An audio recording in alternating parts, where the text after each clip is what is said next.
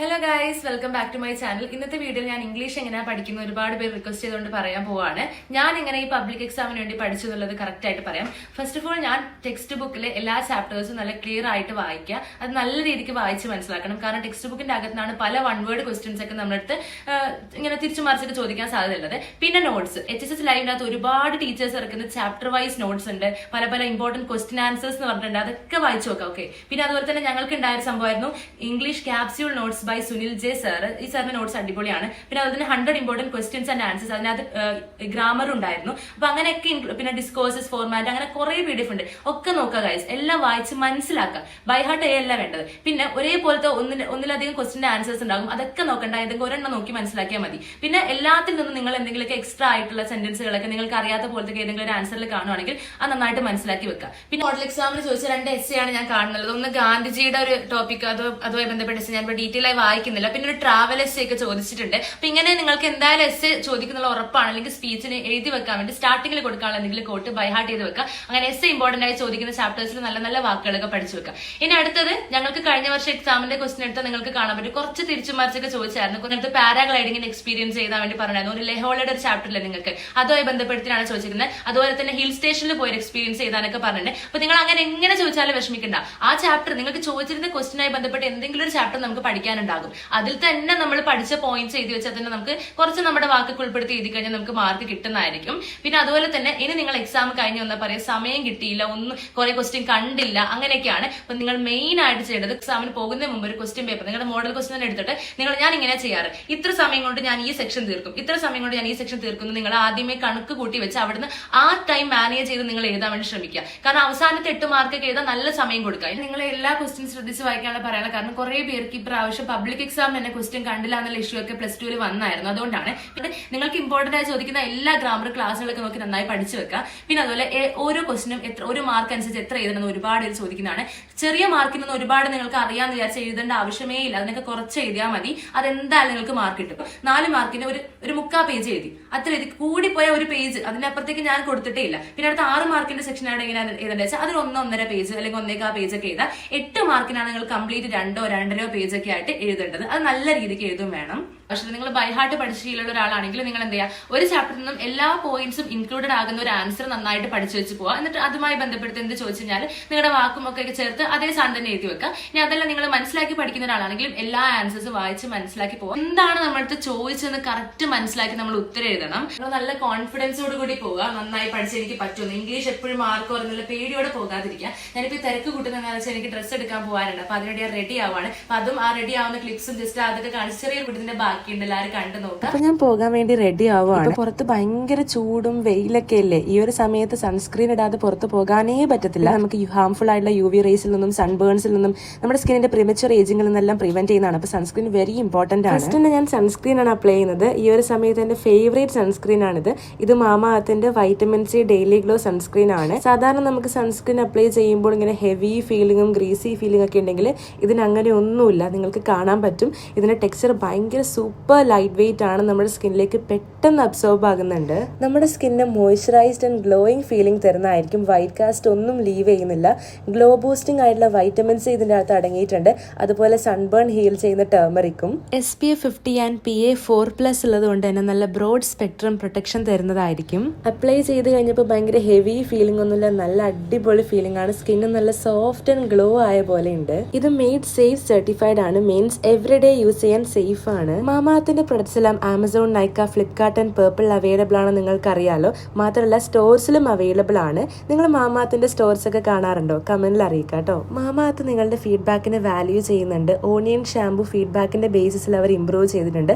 മാത്രമല്ല അവർ അവരുടെ products research and ഇന്നോവേഷൻസിലൂടെ better ക്വാളിറ്റിക്ക് വേണ്ടി എപ്പോഴും അപ്ഗ്രേഡ് ചെയ്തുകൊണ്ടുണ്ട്. എന്റെ കൂപ്പൺ കോഡായ 5-2025 യൂസ് ചെയ്ത് കഴിഞ്ഞാൽ മാമാഅർത്തിന്റെ വെബ്സൈറ്റ് ആൻഡ് ആപ്പിൽ 20% ഓഫ് കിട്ടുന്നതായിരിക്കും. ഈ product Amazon, Flipkart, Nykaa, Purplle and nearby സ്റ്റോഴ്സിൽ അവൈലബിൾ ആണ്. പ്രൊഡക്റ്റിന്റെ ലിങ്ക് ഞാൻ ഡിസ്ക്രിപ്ഷനിൽ കൊടുത്തിട്ടുണ്ട്. ചെക്ക് ചെയ്ത് നോക്കാം. ഞങ്ങൾ ഡ്രസ്സ് എടുക്കാൻ വേണ്ടി പോവുകയാണ്. ഉച്ച കഴിഞ്ഞതിന് ശേഷമാണ് പോയത്. അപ്പോൾ എങ്ങോട്ടാണ് പോകുന്നതെന്ന് വെച്ചാൽ ഇപ്പോൾ കൊച്ചിയിലൊരു പുതിയ ജയലക്ഷ്മി തുടങ്ങിയിട്ടുണ്ട് പാലാരിവട്ടത്ത്, അങ്ങോട്ടേക്കാണ് പോകുന്നത്. അപ്പോൾ നിങ്ങൾ കണ്ടില്ലേ പുറത്തുനിന്ന് തന്നെ ഷോപ്പ് കാണാൻ നല്ല അടിപൊളിയായിട്ടുണ്ട്. അപ്പോൾ നമുക്ക് ഡ്രസ്സുകളൊക്കെ എങ്ങനെ ഉണ്ടെന്ന് നോക്കാം. ഡ്രസ്സുകളൊക്കെ നല്ല അടിപൊളി ഡ്രസ്സുകളൊക്കെ ഉണ്ട്, ഷരാറയും ടോപ്പും അതുപോലെ തന്നെ പല ടൈപ്പിലുള്ള മോഡൽ ലെഹങ്കാസും ഒക്കെ നന്നായിട്ടുണ്ട്. ഇത് കാണാൻ പറ്റുള്ള നല്ല ഭംഗിയുണ്ട്. അതുപോലെ തന്നെ ഡ്രസ്സിൻ്റെ റേറ്റും ഒക്കെ അത്യാവശ്യം നന്നായിട്ടുണ്ട്. അതായത് 3000 എബോവ് ആണ് എല്ലാം. 3000 തൊട്ടാണ് സ്റ്റാർട്ടിങ്. പക്ഷേ നല്ല ഭംഗിയുള്ള ഷരാറയ്ക്ക് 5000, 6000, 8000 ഒക്കെ അങ്ങനെ വരുന്നുണ്ട്. എനിക്ക് നോക്കി കുറച്ച് കഴിയുമ്പോൾ പിന്നെ ലയാൻ്റെ ഒക്കെ എടുക്കാൻ വേണ്ടിയിട്ട് പോയി ഗൈസ്. അടുത്തത് കിഡ്സിൻ്റെ സെക്ഷനാണ്. ഈ കാണിക്കുന്നതെല്ലാം കിഡ്സിൻ്റെയാണ്. കിഡ്സിൻ്റെയും നല്ല ഭംഗിയുണ്ട് കാണാനായിട്ട്. നല്ല റേറ്റും ഉണ്ടായിരുന്നു അതിനൊക്കെ. അപ്പോൾ നിങ്ങളൊക്കെ ഏത് ഡ്രസ്സാണ് എടുത്തോ എന്നുള്ളതൊക്കെ കമൻറ്റിൽ അറിയിക്കാം കേട്ടോ. പിന്നെ അതുപോലെ തന്നെ ടോപ്പുകളും നല്ല ഭംഗിയുള്ളതൊക്കെ ഉണ്ട്. പിന്നെ ഏറ്റവും കൂടുതൽ ഭംഗിയുള്ളത് മെറ്റീരിയലിൻ്റെ അവിടെയൊക്കെയാണ്. നല്ല രസമുള്ള കളക്ഷനൊക്കെ ഉണ്ടായിരുന്നു, നല്ല ഭംഗിയുണ്ടായിരുന്നു. പിന്നെ ഈ കാണിക്കുന്നതൊക്കെയാണ് ടോപ്പുകളൊക്കെ വരുന്നുള്ളത്. അങ്ങനെ നല്ല കളക്ഷനൊക്കെ ഉണ്ട്. പുതിയ ഷോപ്പും നല്ല കളക്ഷനൊക്കെ ഉണ്ട്. എല്ലാം നല്ല അത്യാവശ്യം റേറ്റും ഒക്കെ ഉണ്ടായിരുന്നു. ഈ കാണിക്കുന്ന കളക്ഷനൊക്കെ നല്ല രസമുണ്ടല്ലേ ഗൈസ്. മെറ്റീരിയലൊക്കെ നല്ല കളേഴ്സിൽ നല്ല വെറൈറ്റി ആയിട്ടുള്ള കളക്ഷനൊക്കെ ഉണ്ട്. കാണാൻ പറ്റുന്നതൊക്കെ നല്ല ഭംഗിയുണ്ടല്ലേ. അപ്പം നിങ്ങളുടെയൊക്കെ നാട്ടിൽ പെരുന്നാളിന് ഇപ്രാവശ്യം എന്താണ് ഗൈസ് ഫാഷനായിട്ടുള്ളത്? എന്തെങ്കിലുമൊക്കെ ഒരു ട്രെൻഡൊക്കെ ഉണ്ടാവില്ല, അതെന്താണെന്നുള്ളത് കമൻറ്റിൽ അറിയിക്കാം കേട്ടോ. അപ്പം ഞങ്ങൾ ഡ്രസ്സൊക്കെ എടുത്തിട്ട് ഞങ്ങൾ പിന്നെ പുറത്തിറങ്ങി. പുറത്ത് നല്ല രസമുണ്ടായിരുന്നു, നല്ല വ്യൂ ഒക്കെ ആയിട്ട് ഷോപ്പ് കാണാനൊക്കെ നല്ല ഭംഗിയുണ്ട്. അപ്പോൾ ഞങ്ങൾ കുറച്ച് വീഡിയോസൊക്കെ എടുക്കാമെന്ന് വിചാരിച്ചു. എന്തായാലും പാപ്പ പാർക്കിങ്ങിൻ്റെ അവിടെ നിന്ന് കാർ എടുത്ത് വരുമ്പോഴേക്കും ഞങ്ങൾ കുറച്ച് വീഡിയോസൊക്കെ എടുത്തു. പിന്നെ ഒരു കാര്യം എന്താണെന്ന് വെച്ചാൽ നല്ല വെയിലും നല്ല ചൂടൊക്കെ ഉണ്ടായിരുന്നു ഗൈസ്. നിങ്ങൾക്ക് കാണാൻ പറ്റുന്നുണ്ടാവുമല്ലോ. ഞാനിതുപോലുള്ള വ്ളോഗുകളൊക്കെ ഷൂട്ട് ചെയ്തിട്ട് ഇങ്ങനെ അപ്ലോഡ് ചെയ്തിട്ടൊക്കെ കുറേ കാലമായല്ലോ. അപ്പോൾ അതുകൊണ്ട് എങ്ങനെ എന്ത് പറയണം അങ്ങനെയൊന്നും എനിക്കിപ്പോൾ ഓർമ്മയെ കിട്ടുന്നില്ല. അപ്പോൾ നിങ്ങൾക്ക് ചിലപ്പോൾ ഈ വ്ളോഗ് കാണുമ്പോൾ വലിയ രസമൊന്നും ഉണ്ടാവില്ലായിരിക്കും, കുറേ ആയല്ലോ ഇങ്ങനത്തെ ഇട്ടിട്ട്, അതുകൊണ്ടാണ്. പിന്നെ നിങ്ങളുടെ വെക്കേഷൻ എന്താണ് ഗൈസ് പ്ലാനൊക്കെ, അതൊക്കെ കമൻറ്റിൽ അറിയിക്കാം കേട്ടോ. ഇനി നിങ്ങൾക്ക് കുറച്ച് എക്സാമൊക്കെ അല്ലേ ഉള്ളൂ, കുറേ പേരുടെ എക്സാമൊക്കെ കഴിഞ്ഞു. പിന്നെ പെരുന്നാളുമൊക്കെ ആകാനായി. നിങ്ങളുടെ പ്ലാനൊക്കെ എന്തൊക്കെയാണുള്ളത് കമൻറ്റിൽ അറിയിക്കുക.